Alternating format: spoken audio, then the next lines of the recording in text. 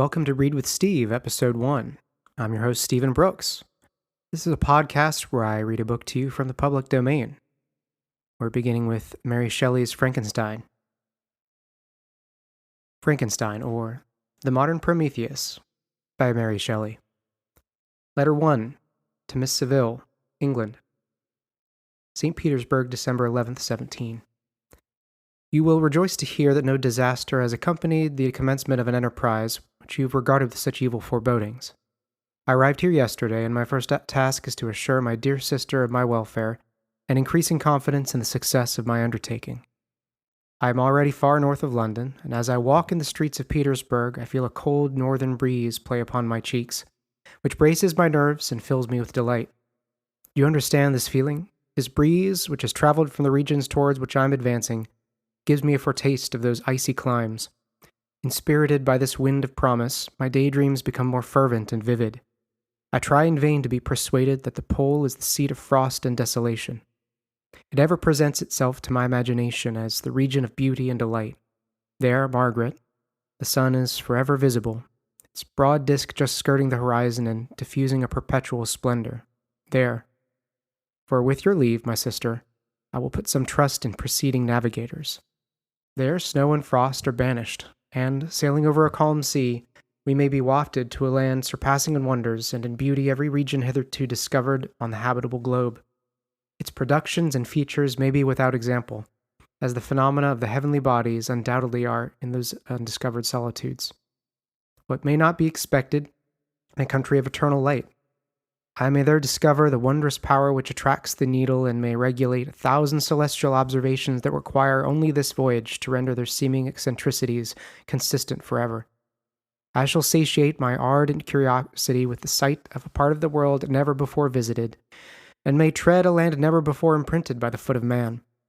These are my enticements, and they are sufficient to conquer all fear of danger or death, and to induce me to commence this laborious voyage with the joy a child feels when he embarks in a little boat, with his holiday mates, on an expedition of discovery up his native river. But supposing all these conjectures to be false, you cannot contest the inestimable you cannot contest the inestimable benefit which I shall offer on all mankind to the last generation by discovering a passage near the pole to those countries, to reach which at present so many months are requisite, or by ascertaining the secret of the magnet, which, if at all possible, can only be effected by an undertaking such as mine. These reflections have dispelled the agitation with which I began my letter, and I feel my heart glow with an enthusiasm which elevates me to heaven. For nothing contributes so much to tranquilize the mind as a steady purpose, a point on which the soul may fix its intellectual eye. This expedition has been the favorite dream of my early years. I have read with ardor the accounts of the various voyages which have been made and the prospect of arriving at the North Pacific Ocean through the seas which surround the pole. You may remember that a history of all the voyages made for purposes of discovery composed of the whole of our good Uncle Thomas's library. My education was neglected, yet I was passionately fond of reading. These volumes were my study day and night, and my familiarity with them increased that regret which I had felt as a child on learning that my father's dying injunction had forbidden my uncle to allow me to embark in a seafaring life. These visions faded when I perused for the first time those poets whose effusions entranced my soul and lifted it to heaven. I also became a poet, and for 1 year lived in a paradise of my own creation. I imagined that I also might obtain a niche in the temple where the names of Homer and Shakespeare are consecrated. You are well acquainted with my failure and how heavily I bore the disappointment. But just at that time I inherited the fortune of my cousin, and my thoughts were turned to the channel of their earlier bent. 6 years have passed since I resolved on my present undertaking. I can, even now, remember the hour from which I dedicated myself to this great enterprise. I commenced by inuring my body to hardship. I accompanied the whale fishers on several expeditions to the North Sea. I voluntarily endured cold, famine, thirst, and want of sleep. I often worked harder than the common sailors during the day and devoted my nights to the study of mathematics, the theory of medicine, and those branches of physical science from which a naval adventurer might derive the greatest practical advantage. Twice I actually hired myself as an undermate in a Greenland whaler, and acquitted myself to admiration. I must own I felt a little proud when my captain offered me to the second dignity in the vessel, and entreated me to remain with the greatest earnestness, so valuable did he consider my services. And now, dear Margaret, do I not deserve to accomplish some great purpose? My life might have been passed in ease and luxury, but I preferred glory to every enticement that wealth placed in my path. Oh, that some encouraging voice would answer in the affirmative! My courage and my resolution is firm, but my hopes fluctuate, my spirits are often depressed. I am about to proceed on a long and difficult voyage, the emergencies of which will demand all my fortitude. I am required not only to raise the spirits of others, but sometimes to sustain my own, when theirs are failing. This is the most favorable period for traveling in Russia. They fly quickly over the snow in their sledges. The motion is pleasant, and in my opinion, far more agreeable than that of an English stagecoach. The cold is not excessive. If you are wrapped in furs, a dress which I have already adopted, for there is a great difference between walking the deck and remaining seated motionless for hours, when no exercise prevents the blood from actually freezing in your veins. I have no ambition to lose my life on the post road between St. Petersburg and Archangel. I shall depart for the latter town in a fortnight or 3 weeks, and my intention is to hire a ship there, which can easily be done by paying the insurance for the owner, and to engage as many sailors as I think necessary among those who are accustomed to the whale fishing. I do not intend to sail until the month of June, and when shall I return? Ah, dear sister, how can I answer this question? If I succeed, many, many months, perhaps years, will pass before you and I may meet. If I fail, you will see me again soon, or never. Farewell, my dear, excellent Margaret. Heaven shower down blessings upon you and save me, that I may again and again testify my gratitude for all your love and kindness. Your affectionate brother, R. Walton. Letter 2. To Mrs. Saville, England. Archangel, 28th March, 17. How slowly the time passes here, encompassed as I am by frost and snow. Yet a second step is taken towards my enterprise. I have hired a vessel, and am occupied in collecting my sailors. Those whom I have already engaged appear to be men on whom I can depend, and are certainly possessed of dauntless courage. But I have one want which I have never yet been able to satisfy, and the absence of the object of which I now feel as a most severe evil. I have no friend, Margaret. When I am glowing with the enthusiasm of success, there will be none to participate my joy. If I am assailed by disappointment, no one will endeavor to sustain me in dejection.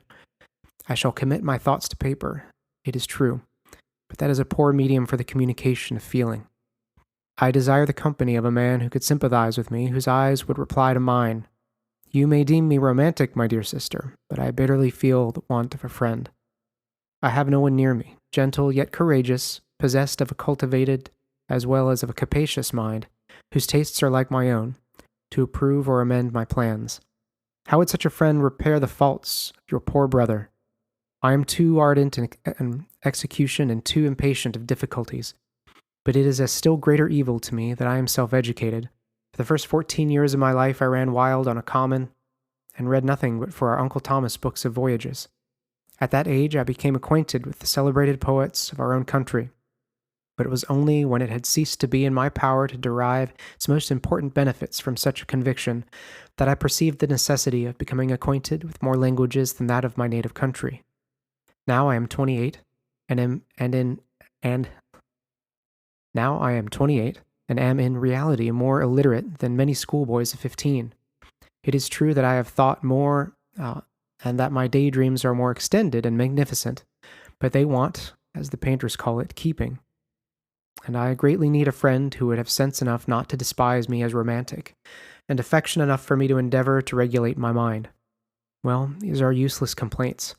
I shall certainly find no friend on the wide ocean, nor even here in Archangel among the merchants and seamen. Yet some feelings, unallied to the dross of human nature, beat even in these rugged bosoms. My lieutenant, for instance, is a man of wonderful courage and enterprise. He is madly desirous of glory, or rather, to word my phrase more characteristically, of advancement in his profession. He is an Englishman, and in the midst of national and professional prejudices, unsoftened by cultivation, retains some of the noblest endowments of humanity. I first became acquainted with him on board a whale vessel. Finding that he was unemployed in this city, I easily engaged him to assist in my enterprise. The master is a person of an excellent disposition, and is remarkable in the ship for his gentleness and the mildness of his discipline. This circumstance, added to his well-known integrity and dauntless courage, made me very desirous to engage with him. A youth passed in solitude, my best years spent under your gentle and feminine fosterage, has so refined the groundwork of my character that I cannot overcome an intense distaste to the usual brutality exercised on board ship. I have never believed it to be necessary, and when I heard of a mariner equally noted for his kindliness of heart and the respect and obedience paid to him by his crew, I felt myself peculiarly fortunate in being able to secure his services. I heard of him first in rather a romantic manner from a lady who owes to him the happiness of her life. This, briefly, is his story. Some years ago he loved a young Russian lady of moderate fortune, and having amassed a considerable sum in prize money, the father of the girl consented to the match. He saw his mistress once before the destined ceremony, but she was bathed in tears, and throwing herself at his feet, entreated him to spare her, confessing at the same time that she loved another, but that he was poor, and that her father would never consent to the union. My generous friend reassured the suppliant, and on being informed of the name of her lover, instantly abandoned his pursuit. He had already bought a farm with his money, on which he had designed to pass the remainder of his life, but he bestowed the whole on his arrival, together with the remains of his prize money, to purchase stock, and then himself solicited the young woman's father to consent to her marriage with her lover. But the old man decidedly refused, thinking himself bound in honor to my friend, who, when he found the father inexorable, quitted his country, nor returned until he heard that his former mistress was married according to her inclinations.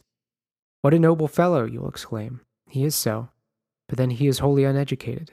He is as silent as a Turk, and a kind of ignorant carelessness attends him, which, while it renders his conduct the more astonishing, detracts from the interest and sympathy which otherwise he would command. Yet do not suppose, because I complain a little, or because I can conceive a consolation for my toils which I may never know, that I am wavering in my resolutions. Those are as fixed as fate, and my voyage is now only delayed until the weather shall permit my embarkation.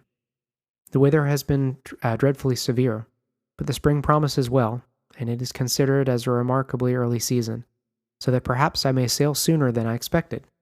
I shall do nothing rashly. You know me sufficiently to confide in my prudence and considerateness whenever the safety of others is committed to my care. I cannot describe to you my sensations on the near prospect of my undertaking. It is impossible to communicate to you a conception of the trembling sensation, half pleasurable and half fearful, with which I am preparing to depart. I am going to unexplored regions, to the land of mist and snow, but I shall kill no albatross, therefore do not be alarmed for my safety, or if I should come back to you as worn and woeful as the ancient mariner. You will smile at my illusion, but I will disclose a secret. I have often attributed my attachment to, my passionate enthusiasm for, the dangerous mysteries of ocean, to that production of the most imaginative of modern poets. There is something at work in my soul which I do not understand.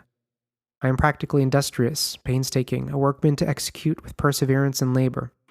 But besides this, there is a love for the marvelous, a belief in the marvelous, intertwined in all my projects, which hurries me out of the common pathways of men, even to the wild sea and unvisited regions I am about to explore.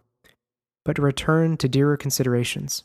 Shall I meet you again, after having traversed immense seas, and returned by the most southern cape of Africa or America? I dare not expect such success, yet I cannot bear to look on the reverse of the picture. Continue for the present to write to me by every opportunity. I may receive your letters on some occasions when I need them most to support my spirits. I love you very tenderly. Remember me with affection, should you never hear from me again.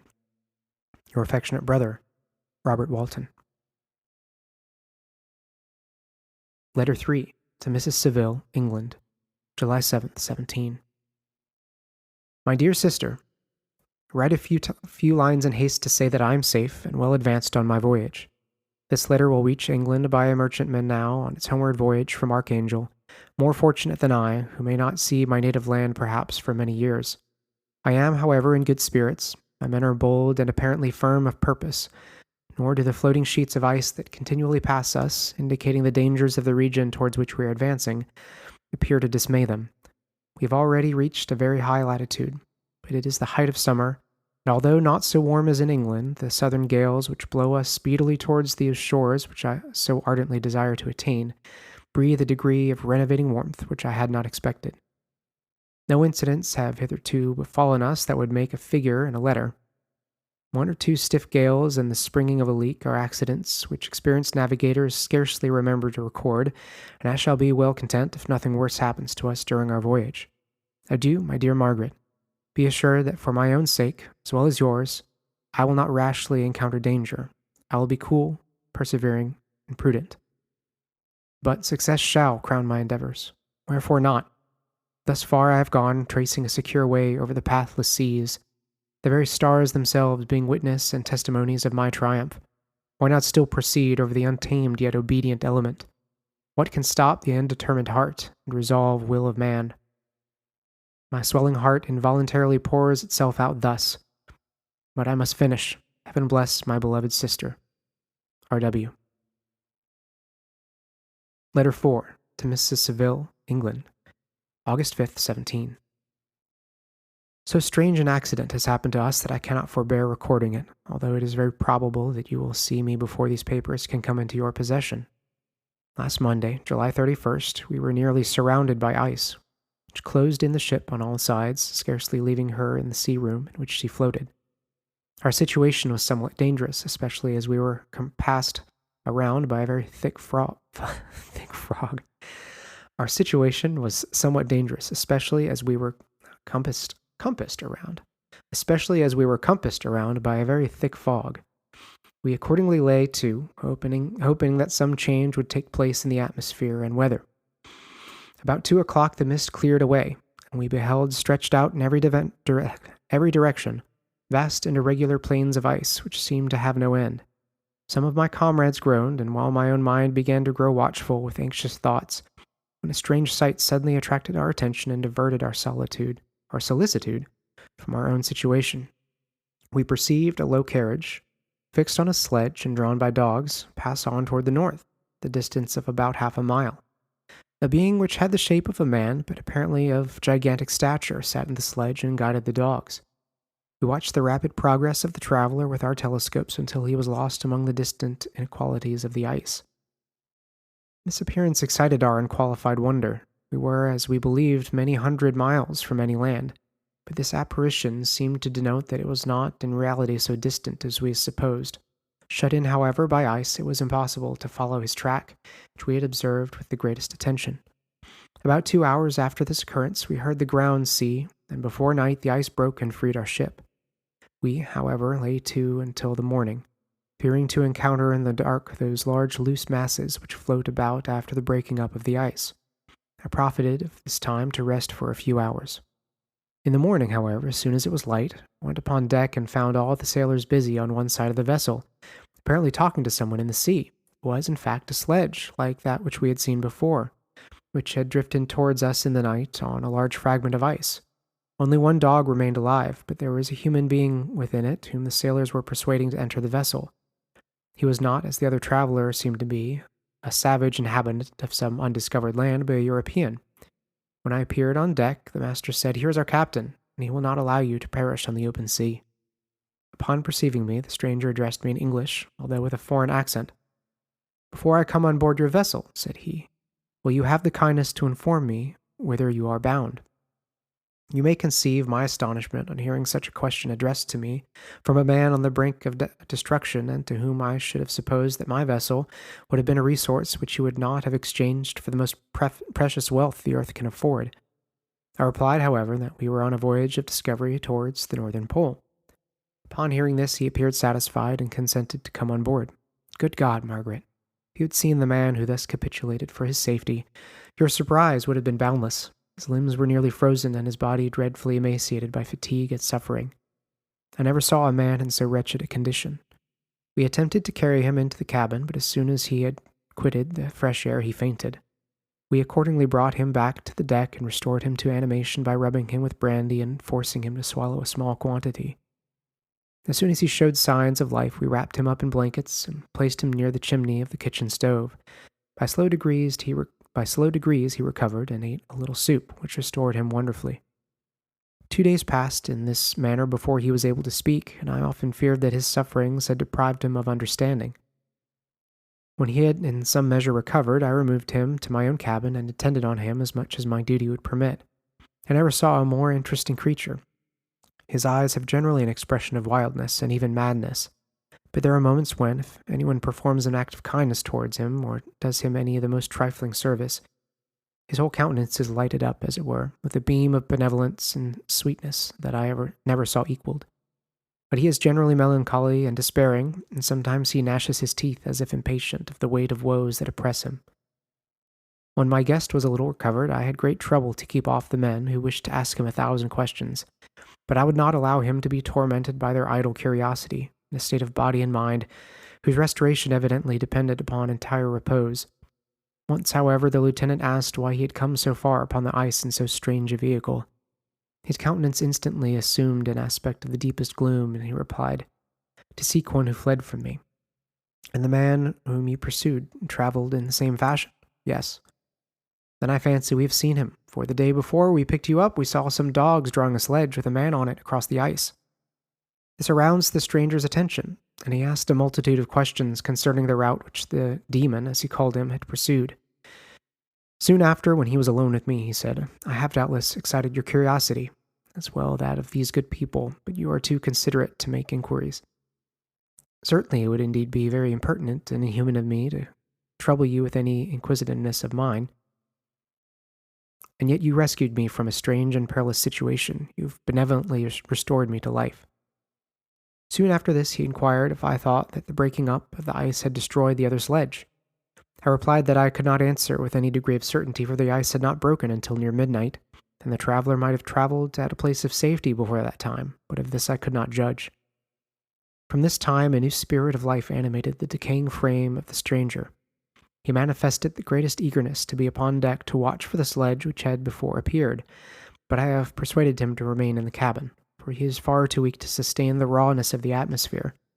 I have promised that someone should watch for him and give him instant notice if any new object should appear in sight. Such is my journal of what relates to this strange occurrence up to the present day. The stranger has gradually improved in health, but is very silent and appears uneasy when anyone except myself enters his cabin. Yet his manners are so conciliating and gentle that the sailors are all interested in him, although they have had very little communication with him. For my own part, I begin to love him as a brother, and his constant and deep grief fills me with sympathy and compassion. He must have been a noble creature in his better days, being even now in wreck so attractive and amiable. I said in one of my letters, my dear Margaret, that I should find no friend on the wide ocean. Yet I have found a man who, before his spirit had been broken by misery, I should have been happy to have possessed as the brother of my heart. I shall continue my journal concerning the stranger at intervals, should I have any fresh incidents to record. August 13th, 17. My affection for my guest increases every day. He excites at once my admiration and my pity to an astonishing degree. How can I see so noble a creature destroyed by misery without feeling the most poignant grief? He is so gentle yet so wise. His mind is so cultivated, and when he speaks, although his words are culled with the choicest art, yet they flow with rapidity and unparalleled eloquence. He is now much recovered from his illness and is continually on the deck, apparently watching for the sledge that preceded his own. Yet, although unhappy, he is not so utterly occupied by his own misery, but that he interests himself deeply in the projects of others. He has frequently conversed with me on mine, which I have communicated to him without disguise. He entered attentively into all my arguments in favor of my eventual success, and into every minute detail of the measures I had taken to secure it. I was easily led by the sympathy which he evinced to use the language of my heart, so to give utterance to the burning ardor of my soul, and to say, with all the fervor that warmed me, how gladly I would sacrifice my fortune, my existence, my every hope, to the furtherance of my enterprise. One man's life or death were but a small price to pay for the acquirement of the knowledge which I sought, for the domination I should acquire and transmit over the elemental foes of our race. As I spoke, a dark gloom spread over my listener's countenance. At first I perceived that he tried to suppress his emotion, He placed his hands before his eyes, and my voice quavered and failed me as I beheld tears trickle fast from between his fingers. A groan burst from his heaving breast. I paused. At length he spoke, in broken accents. "Unhappy man, do you share my madness? Have you drunk also of the intoxicating draught? Hear me. Let me reveal my tale. You will dash the cup from your lips." Such words, you may imagine, strongly excited my curiosity, but the paroxysm of grief that had seized the stranger overcame his weakened powers, and many hours of repose and tranquil conversation were necessary to restore his composure. Having conquered the violence of his feelings, he appeared to despise himself for being the slave of passion, and, quelling the dark tyranny of despair, he led me again to converse concerning myself personally. He asked me of the history of my earlier years. The tale was quickly told, but it awakened various trains of reflection. I spoke of my desire of finding a friend, my thirst for a more intimate sympathy with a fellow mind than had ever fallen to my lot, and expressed my conviction that a man could boast of little happiness who did not enjoy this blessing. "I agree with you," replied the stranger. "We are unfashioned creatures, but half made up. If one wiser, better, dearer than ourselves, such a friend ought to be. Do not lend this aid to perfectionate our weak and faulty natures. I once had a friend, the most noble of human creatures, and am entitled, therefore, to judge respecting friendship.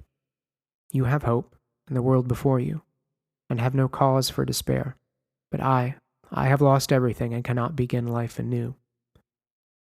As he said this, his countenance became expressive of a calm, settled grief that touched me to the heart. But he was silent and presently retired to his cabin.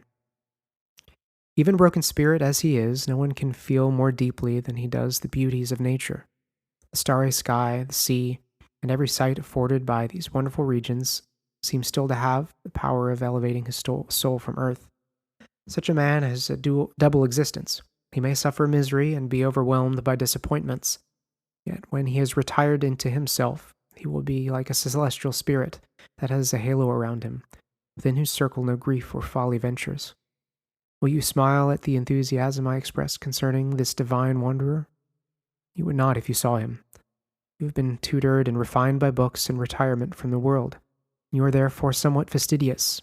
This not only renders you the more fit to appreciate the extraordinary merits of this wonderful man. Sometimes I have endeavored to discover what quality it is which he possesses that elevates him so immeasurably above any other person I ever knew.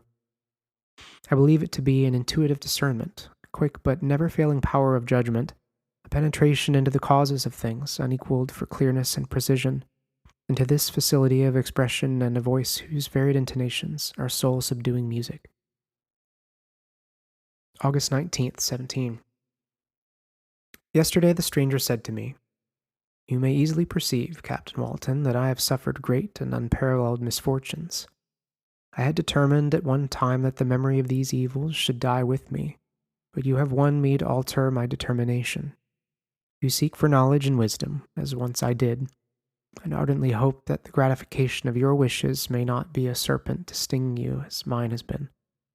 I do not know that the relation of my disasters will be useful to you, yet when I reflect that you are pursuing the same course, exposing yourself to the same dangers which have rendered me as I am, I imagine you may deduce an apt moral from my tale, one that may direct you if you succeed in your undertaking and console you in case of failure. Prepare to hear of occurrences which are usually deemed marvelous.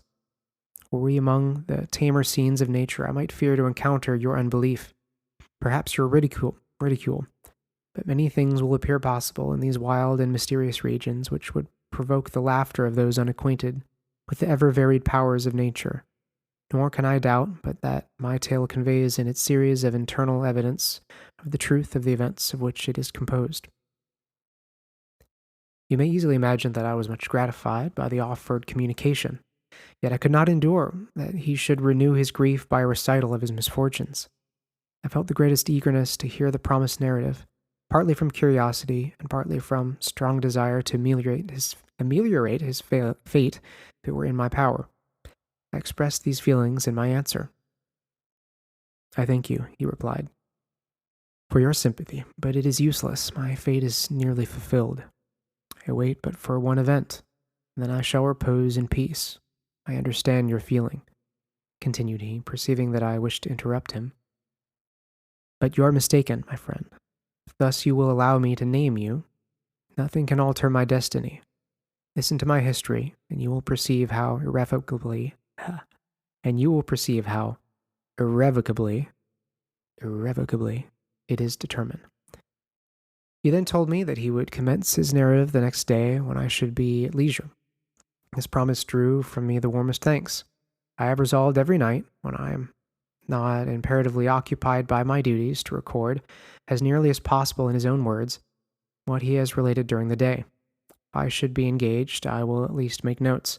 This manuscript will doubtless afford you the greatest pleasure, but to me, who know him, and who hear it from his own lips, with what interest and sympathy shall I read it in some future day? Even now, as I commence my task, his full-toned voice swells in my ears, his lustrous eyes dwell on me with all their melancholy sweetness. I see his thin hand raised in animation, while the lineaments of his face are radiated by the soul within. Strange and harrowing must be his story, frightful the storm which embraced the gallant vessel on its course and wrecked it thus. That's it for today. Thanks for listening. See you next time for episode 2. I hope my minor mistakes and interruptions didn't disrupt the story too much. I may choose to edit the show in the future, but for now, the mistakes stay in. But if they're bothering you, let me know. I'll probably set up an email address and put that in the description for feedback if anyone listens to this. If you're hearing this right now, you may be the first person to ever hear this podcast, so welcome, and come back for Chapter 2. I'll aim to have these out weekly and probably be 30 to 45 minutes in length for each episode. See you next time.